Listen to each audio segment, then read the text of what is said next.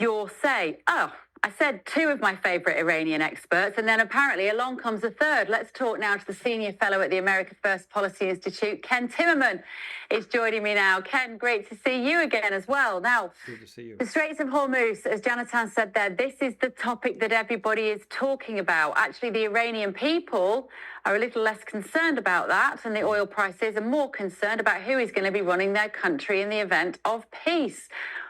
What do you think is more important right now, Ken? Look, I think ultimately the most important thing is who's going to run the country later. If Trump opts for a grand bargain, and I'm very worried about this language that he has been using along with J.D. Vance, because it's got a terrible, terrible political history in the United States. I fear for the future of the Iranian people, because grand bargain means to the Iranian regime, we survive, we exist, we stay in power. And that is a disaster for the Iranian people.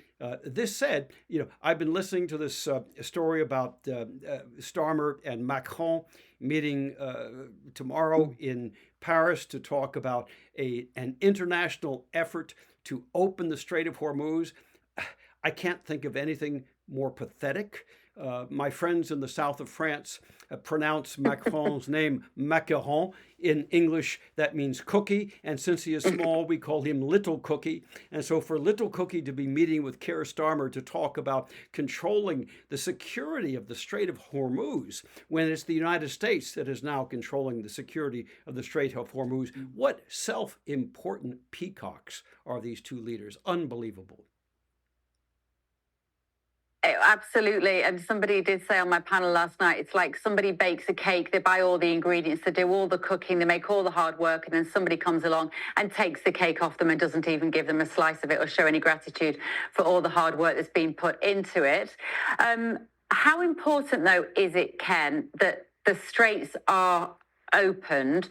Because from what I'm hearing here in Washington, whilst the Straits are closed, the economic chokehold which is occurring on Iran is the most powerful weapon you have, which actually makes it even more ludicrous that the European leaders are getting together to somehow engineer an opening of the Straits, as though that is completely counter to what President Trump would want. Have I understood that correctly?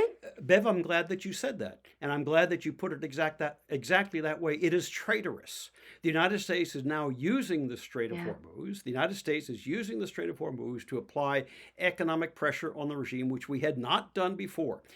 Iran has about 10 days ability to stockpile oil that it produces. They have 10 days of storage. When those 10 days are up, they will have to shut down oil production, shut down their oil wells. This is going to have dramatic implications that will not be fixed 2 days later, 10 days later. They can't just reopen the wells. There are long-term implications for this. And I think the regime is very worried about this. That's why they want to go back to President Trump. I think they have now made an offer where they are going to eliminate their uranium enrichment, which has to be the number one demand of the United States. No uranium enrichment, period. We talked about this the other night. They do not have the right to do this under the NPT. And President Trump is now insisting on this. Not 5 years, not a 20-year moratorium, forever. And the Iranians are coming back. And they're coming back because they know the Strait of Hormuz is an economic chokehold, not on us in the West, but on them.